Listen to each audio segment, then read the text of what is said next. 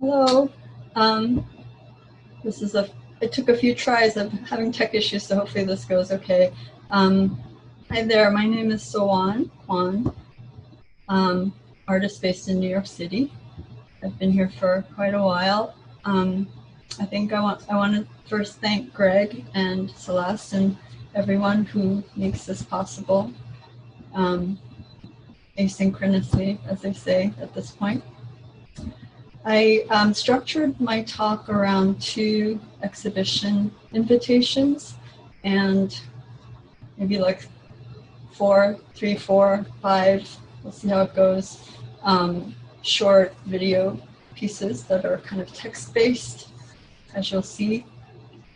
As an artist, I'm generally installation-based, variety of materials, but lately I've been very engaged with writing, doing a lot more. Probably COVID has something to do with it. But in general, been very interested in the relationship between writing and making, between the textual and the visual.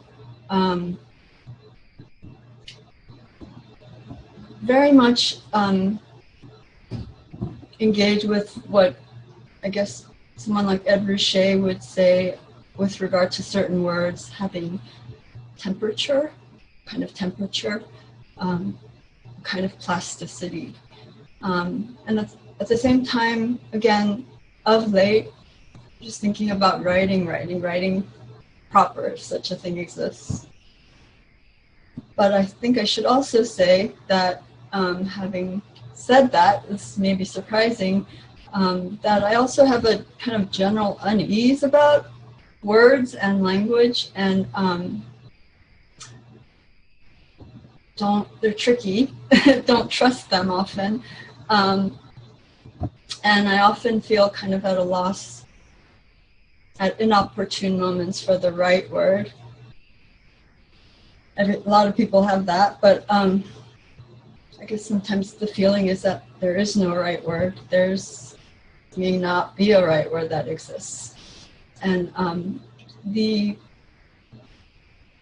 work that came to mind, it was a kind of instinct that I wanted to start with, is a kind of older work. It is an older work, an animation piece, and it was an instinct to start with it, and in which I was kind of trying to speak to that sense, trying to speak at all, actually. And yeah, I'm going to trust that instinct to show that first as a kind of caveat to the rest of what you're going to see. So let me share my screen. Okay. It's short. It's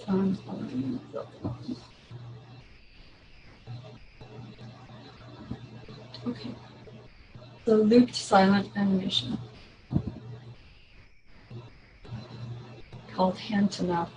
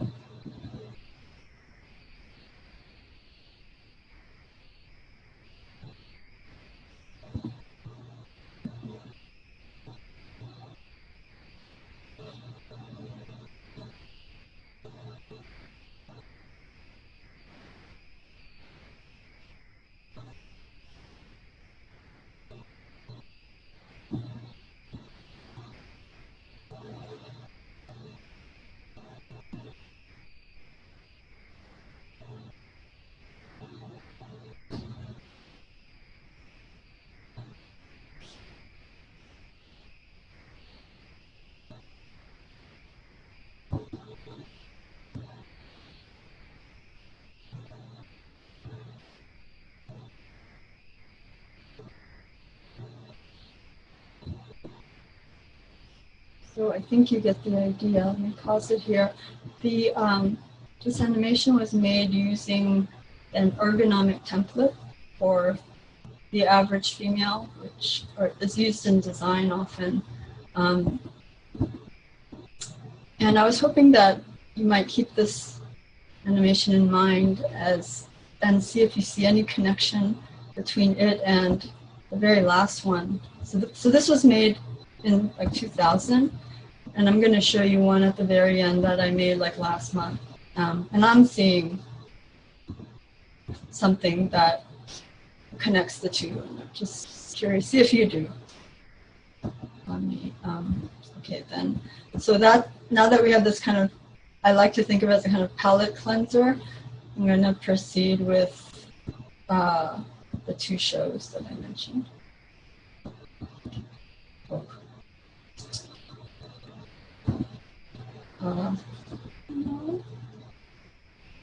Okay, so the first show is a historical show on Godzilla, which was a network of Asian American artists and curators and scholars in the 1990s.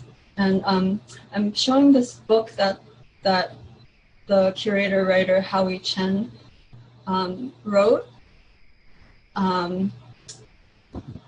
but which is going to be published quite soon if it isn't already, by Primary Information, which is actually a great small publisher of, they do reprints of, you know, kind of hard to find archival materials in the arts. But the show was to be at the Museum of Chinese in America, which is in New York City's Chinatown. It was supposed to open in May, but it has been canceled, and I can narrate some of that here. Let me show you. Here is, like, if you go to MoCA, Museum of Chinese America's website, these are some of the, like, this is the landing page. They recently had this kind of makeover, so it's a pretty, in terms of the website, in terms of its identity and branding, so it's a pretty snazzy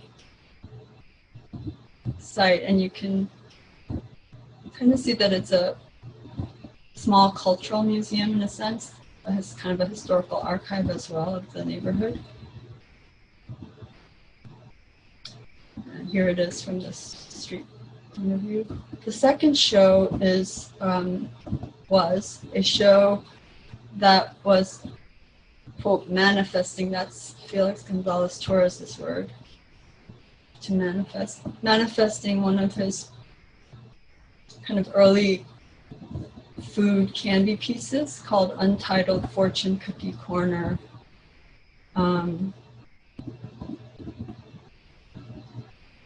It was curated by Andrea Rosen, who is the president of the Felix Gonzalez Torres Foundation, and formerly of Andrea Rosen Gallery. That was the dealer, she was the dealer that represented Felix's work. I guess I'm not quite sure where people are with Felix Gonzalez Torres in terms of your knowledge. He's quite a famous artist. If you don't know about his work, I think it would serve you really well to do some research. If you do know of his work, hopefully I can throw other kinds of, another kind of dimension or perspective on his work. So, it was a show that was co-organized with David Zwirner Gallery.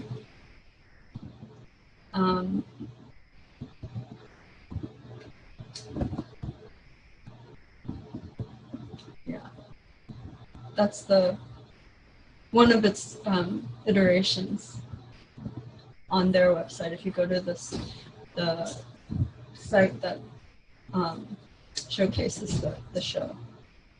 Actually, all three, David Zwirner, Andrea Rosen, and the foundation, and this project, this show, exhibition, I guess you could call it, was in celebration to launch the foundation's website. And I might have some images of the foundation too, as well. But so let me start with Godzilla.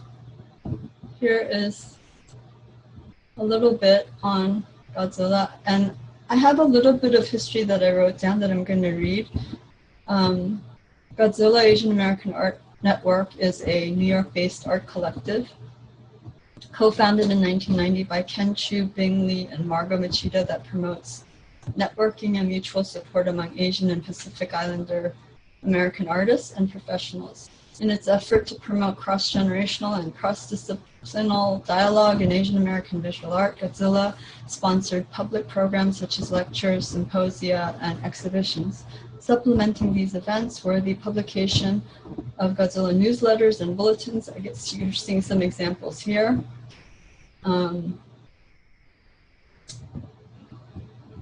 Until its disbanding in 2001, the collective actively promoted arts advocacy and worked with community groups and to stop anti-Asian violence.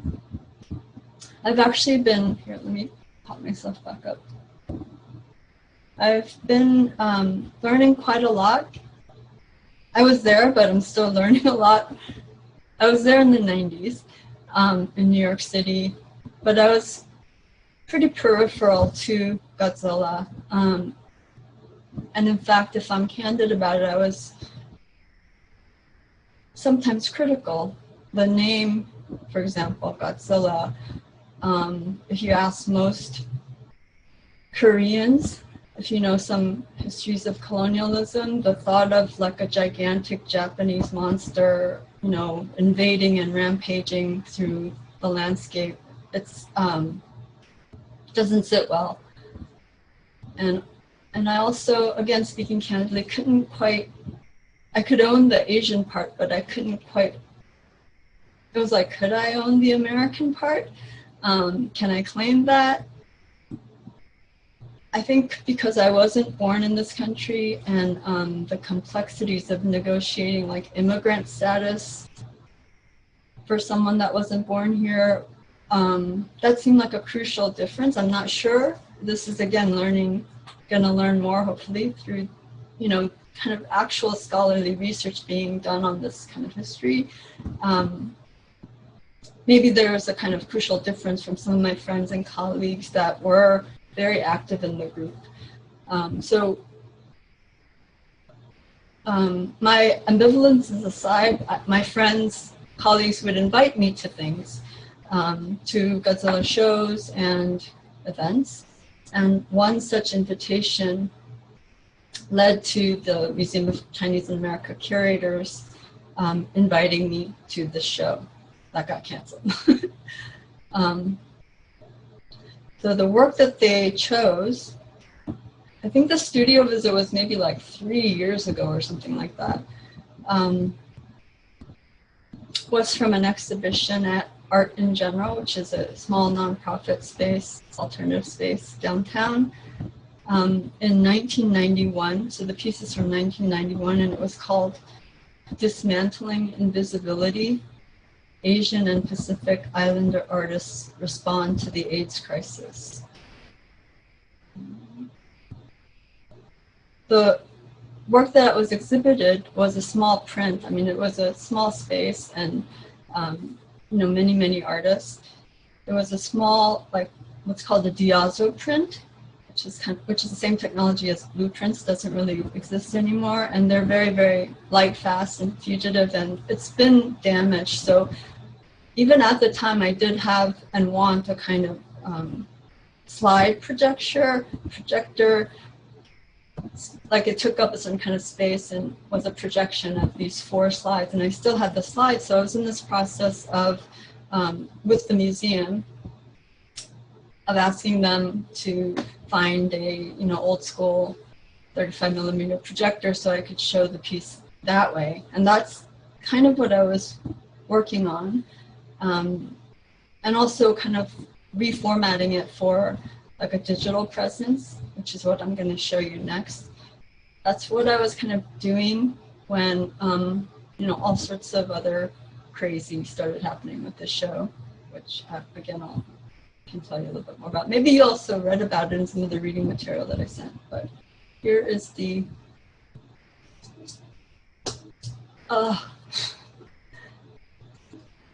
not working. What if I disappear again?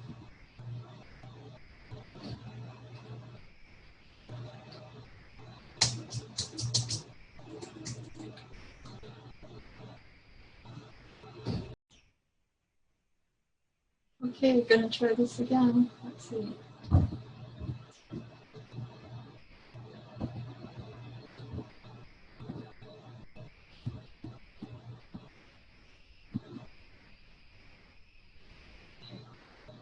This is called Seeing Red.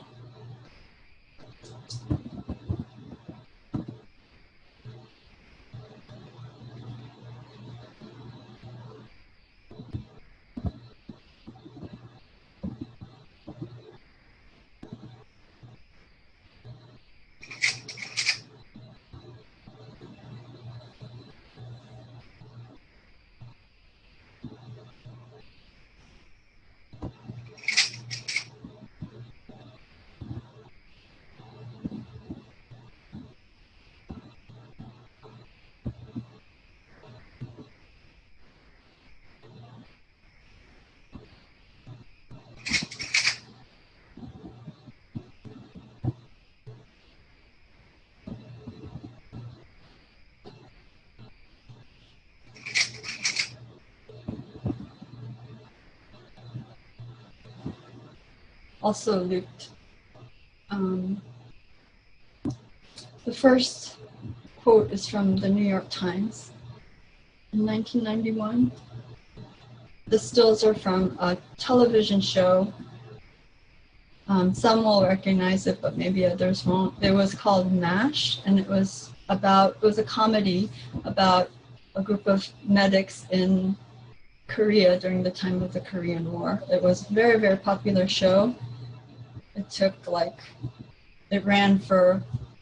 joke is that it ran for like 3 times longer than the war itself. And many saw it as a kind of allegory about the Vietnam War, which was still happening when the show began. This particular episode, the doctors that you still see here are showing concern over this young boy that is walking through landmines, terrain with landmines. In terms of what I wanted to do was to focus on the seeing, so like the sense that something else was seeing the seeing. Yeah. I think at the time, it hadn't been that long when, as an art student, I saw Act Up and Grand Fury's work in the new museum window. I remember thinking, art can do that. And I think the older I get, I realize how more and more how formative those experiences were, and how it marks a certain generation, my generation, so to speak. And given our current climate, I think the curators made a good choice in the work. This is in March, on March 1st, 2020. Speaking of the New York Times, this is some of colleagues' like Instagram posts, because when I tried to find it, it disappeared. But basically, it's an image of Chinatown and Jamaica, Queens juxtaposed with this text when there was no evidence at all. Justifying that juxtaposition. So these days, when there are mistakes in media, it's kind of quickly and easily amended. But back in the day with print journalism, newspapers would publish what they were called, I guess, errata, E-R-R-A-T-A, to acknowledge errors. And Felix Gonzalez Torres, in fact, would highlight them in work. And I tried to find one on the website, but I couldn't. But I found this one. There'd be tiny, a direct kind of indexical in terms of the size match. He might have even just used it for the print itself. And so the Diazo print that you didn't see, but you saw the contents of it, was very much indebted to Felix's work. I guess my point being that whenever I talk about my work, I can't get too far without invoking him, which is interesting. So to the second show again.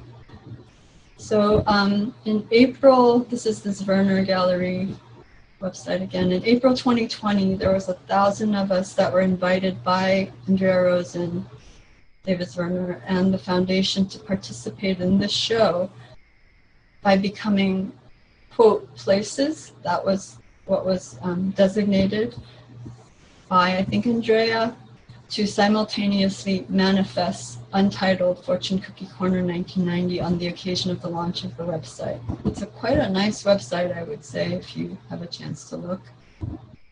And I'm going to quote, I think, Andrea here. In an era of social distancing, can a fortune cookie help bring us together? That question and several others are at the core of a new exhibition by Andrea Rosen Gallery and David Werner of the late artist Felix Gonzalez Torres. For the show, which will run from May 25th to July 5th, Rosen and Werner will present Gonzalez Torres's Untitled Fortune Cookie Corner piece, consisting of an endless pile of fortune cookies that can be taken away and consumed by viewers. We are all thinking, this is Andrea, we are all thinking about virtual experiences and how disconnected we all feel virtually, and yet Felix's work is something that can physically happen. Dealer Andrea Rosen, who curated the exhibition, told Art News, it can be a physical experience that can connect us all.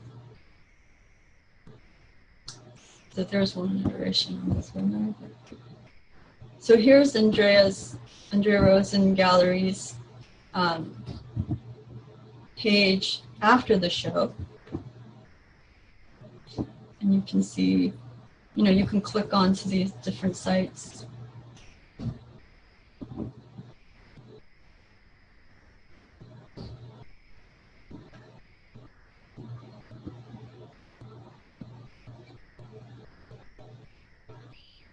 And we're encouraged to, I suppose, continue to submit things, and they'll be archiving this on the site.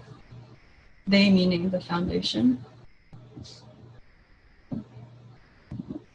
I wanted to show a few other pieces by Felix to kind of contextualize the fortune cookie piece. This is a corner of Bachi.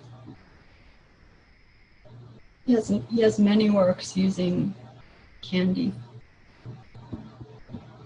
This is the Bachi with another piece, untitled. All of his works are untitled in quotation marks.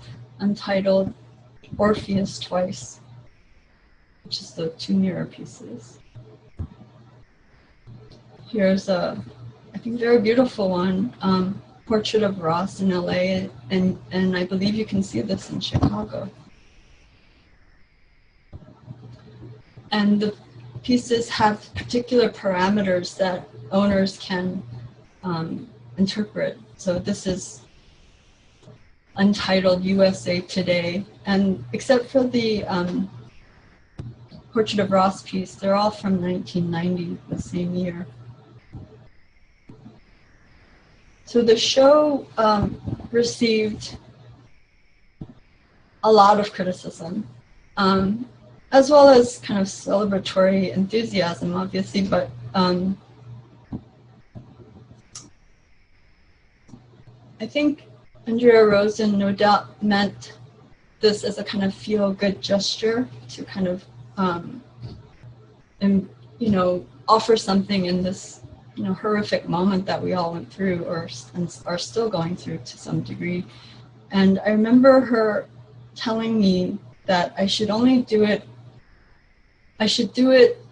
if I do it, it should be a pleasure. Those were her words. So in some ways, I knew going in that it's almost easier, it could be easier not to do anything. But I was super curious to try. It was a chance to really consider the work of somebody that I admire so much, that's meant so much to me, to consider it, to take care of it, to live with it, to test it. And you know, despite it all, whatever criticisms might come, I think I think the point is that I miss him, and that's probably the reason why I did it. And as I was doing it, as I noted earlier, I did a lot of writing. They were like fragments at first, but then when the kind of responses to the shows were happening, some of the writing turned to responses to them, just thoughts and connections I thought deserved to be made. And I was actually very surprised by the piety of some of the criticism. And so some of my entries address them. And I brought a few of them here. I'm not going to show all of them, but because they're very, very slow and intentionally so. I read very slow. I write even slower, obviously. But let me show you before that a glimpse of my reality being confined indoors. This is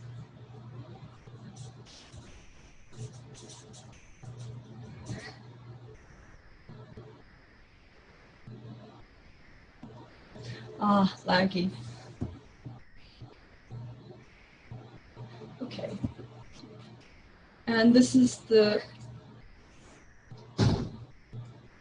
glimpse of reality outdoors over time.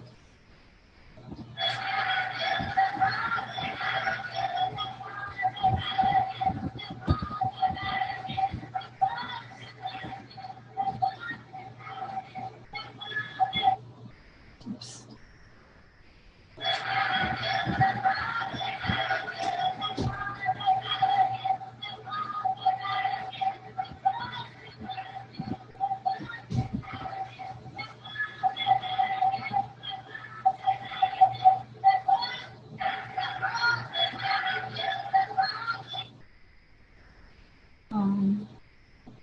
And this was a photo I saw one morning, and it was in June, when I had walked the dog that you just saw, and the auxiliary police were auxiliarying. So that's a prelude to this, what I'm calling Untitled Memorial Days. It's a series. There's 7 in this form, but I'm going to show you a few of them. The first one, and again, it's a question I have, I guess. Is the birth of the writer not only the reader, certainly not the author, implied in Roland Barthes' famous essay, if you all know it, Death of the Author, which was one of Felix's key texts. So again, I'm a very slow reader, and I wanted to kind of direct the way the reader reads with this. I guess it's a kind of ambition, but let's see what you think. Untitled Memorial Days 1.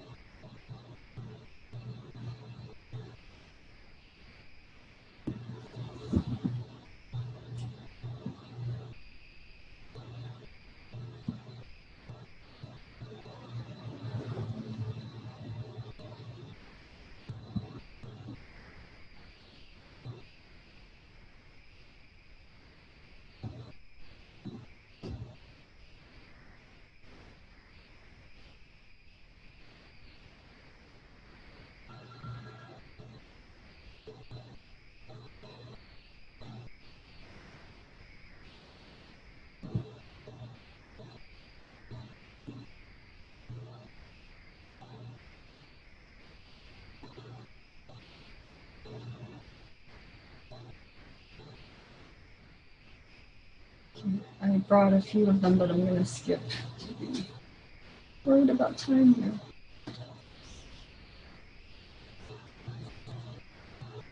There's another one.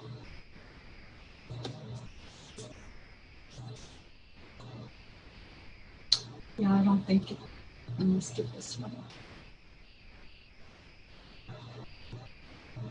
I think.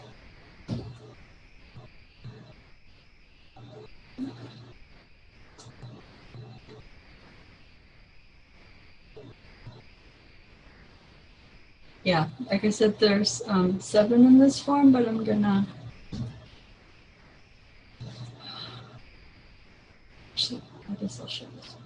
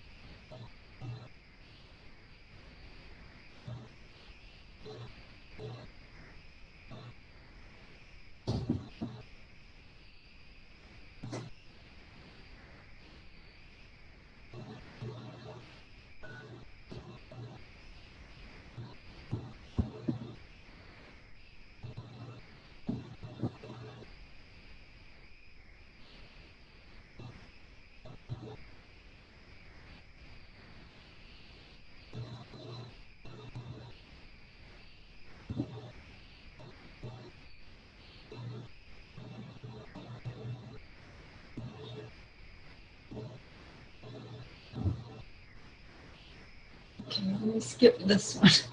I'm going to show you one more.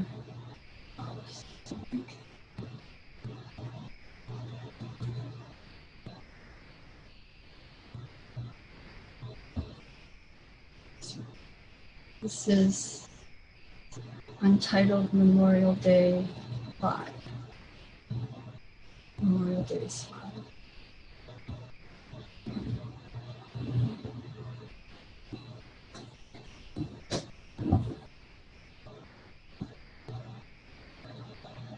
Oh, actually, I'm gonna skip this one. I thought I did, but here we go.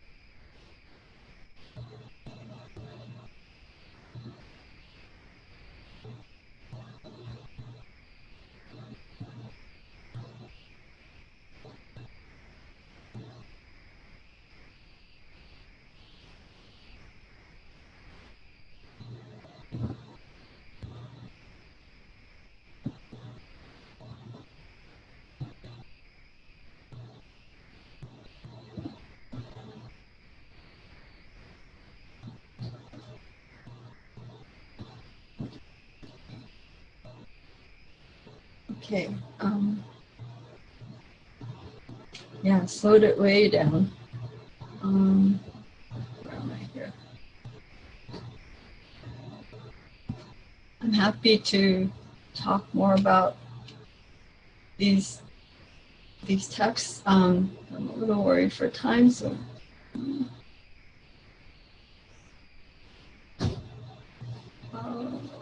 find my technical. Okay, so another segue here. And this is moving toward the last piece that I'm going to show, which is also a short animation. But this juxtaposition in art form actually is a little intense for me. And I could also speak to that as well, but let me just give you a short recap or actually, with regard to what transpired at the Museum of Chinese America show, as you can see here, 19 of us withdrew from the show.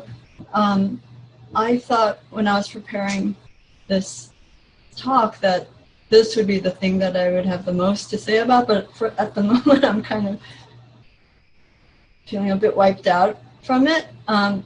If you have questions, I'm again really happy to address them in the coming days, hopefully, and also hopefully that you'll have a chance, if you haven't already, to read the other art form article by Howie Chen. He does a really good job of narrating things as far as I'm concerned, and this is a big group of us, but and I also wanted to give another plug for his book, which I'm really looking forward to learning more from. And I also heard that there's another book in the works of curator and art historian Karen Higa, who passed away sadly, but she was another kind of foundational Godzilla member and a friend who used to invite me to some of those events that I mentioned earlier. But what I will say, and I wrote some of this down, let me find it. What I will say is that I can't speak for as amorphous an entity as Godzilla, even if I wanted to.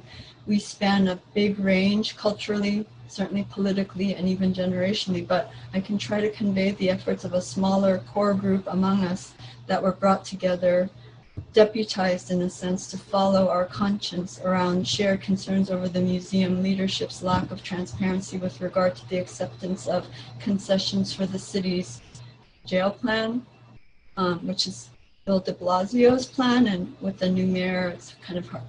The new mayor to come, it's very much a kind of moving target in terms of a story, I would say, as well as the museum's disregard for the concerns of their community, even as they continue to tout themselves as a, quote, community anchor. So, the absurdity of that, and, I like absurdity, but yeah, it just boggles. And I also wanted to add that, most of us don't live in Chinatown, but another of the museum's communities is that of artists, and they treated us very poorly. We were variously ignored or met with spin and even hostility. I think some of us thought perhaps naively that we were actually helping the museum with our efforts and our concerns. It would certainly have been much easier just to drop it and move on, but long short, we tried really hard in such a dearth of spaces for Asian American artists to communicate. But I think perhaps in this instance, it's ultimately a kind of sad story of a failure of imagination, is the way I've been putting it. But this is also very important, and to you all, don't take my word for it. If you're interested, you need to dig and ask questions yourselves. As I said, the story continues with whoever will be the new mayor. And with that, I'm going to present you with Corky Lee. This is again toward my last piece that I'm going to show. This is Corky Lee. He's probably one of the most important and tireless documentary photographers of the Asian American experience, and I put the Asian in parentheses, of the American experience. And he passed away due to COVID in January, and he leaves a huge archive of work, and I just I just brought two images again from the New York Times obituary. I think the captions are kind of self-explanatory.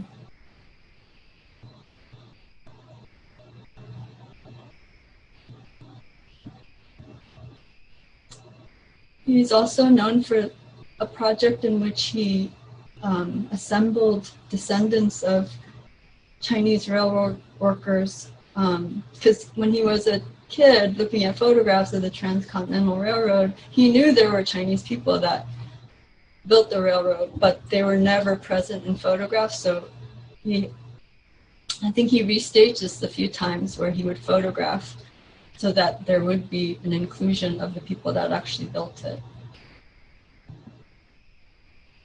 Here he is at an exhibition at the Museum of Chinese in America in New York in 2001.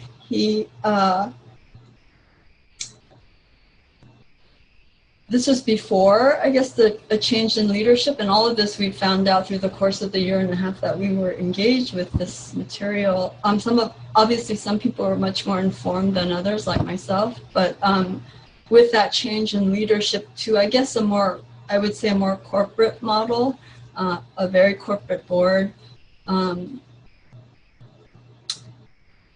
Corky was one of the most, vehement critics of MoCA, and specifically for, I guess, the way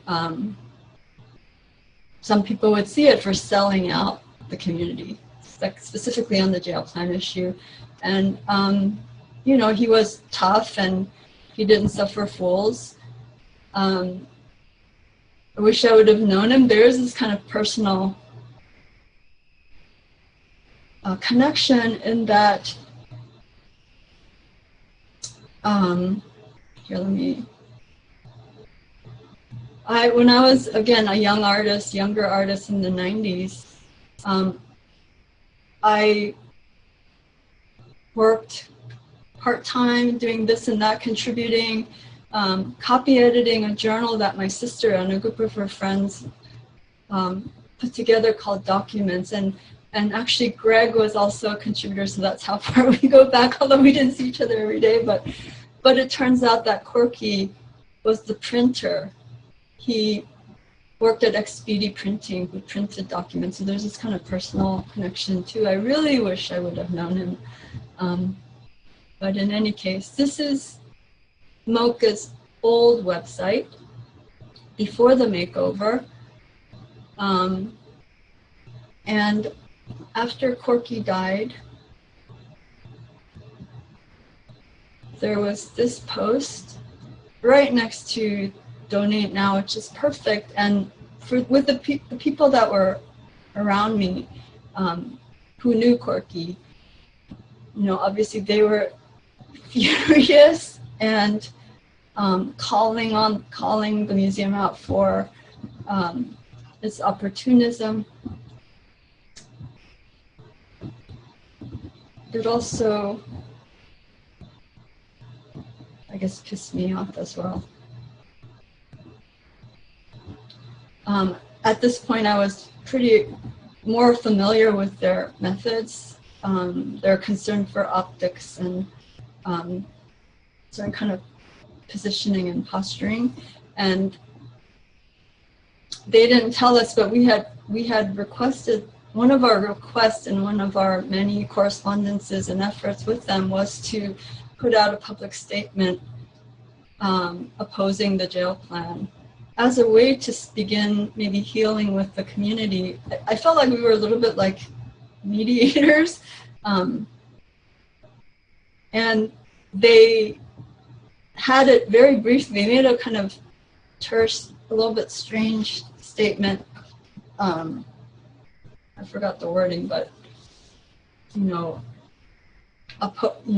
they've always been opposed to the jail plan, blah blah blah. They posted it on this website and then it disappeared. And when we called them on it, and we checked, there was a new website, and that very last thing at the bottom that says statement by MoCA, that's where it appeared, in this kind of obscure place that was very, very hard to find. So they had been planning, I guess, this makeover for quite a while. So I guess what I want to show you is the last piece now. It's called, I'm just going to tell you the title. It's called Wooden Tan.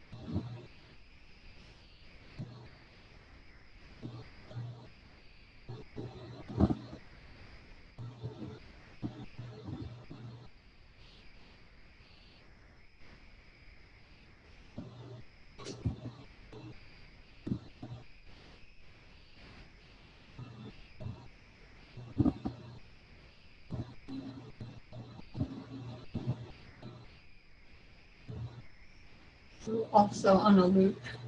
You get the idea. When I began the talk, I asked you to maybe think about that first animation and this one together. I hope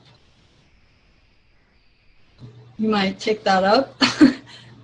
Something about the vocabularies of standardization that I've been engaged with for a while. And so, yeah.